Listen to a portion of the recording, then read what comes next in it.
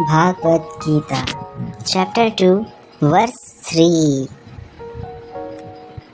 श्लोक क्लेब्यमास्मागमः पार्थानत्रीवयोपपद्यते श्रोदं हृदयदौर्यबल्यं तयक्तयोतिष्ठ परन्तप।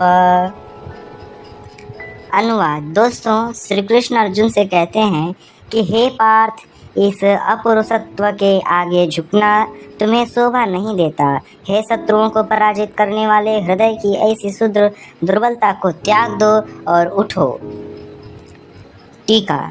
दोस्तों, कृष्ण कहते हैं कि आत्मज्ञान के मार्ग पर सफलतापूर्वक चलने के लिए उच्च मनोबल और मनोबल की आवश्यकता होती है। भौतिक मन की नकारात्मकता जैसे आलस्य, आदत की आदत, अज्ञानता और आसक्ति पर विजय पाने के लिए व्यक्ति को आशावादी, उत्साही और ऊर्जावान होना चाहिए। श्री कृष्ण एक कुशल शिक्षक हैं और इस प्रकार अर्जुन को फटकार लगाने के बाद अब वे उसे प्रोत्साहित करके स्थिति से निपटने के लिए अर्जुन की आंतरिक शक्ति को बढ़ाते हैं। अर्जुन को पृथा, कुंती का दूसरा नाम का पुत्र कहकर संबोधित करते हुए श्री कृष्ण उसे अपनी माता कुंती को याद करने के लिए कहते हैं। उसने स्वर्ग के देवताओं के प्रमुख इंद्र की पूजा की थी और उनके आशीर्वाद से अर्जुन का जन्म हुआ, इसलिए उसे इंद्र के समान असाधारण शक्ति और वीरता प्राप्त थी। श्री कृष्ण उसे इसकी याद दिला रहे हैं, उसे इस नपुंसकता के आगे न झुकने के लिए प्रोत्साहित कर रहे हैं जो उसके शानदार माता पिता के लिए उपयुक्त नहीं है।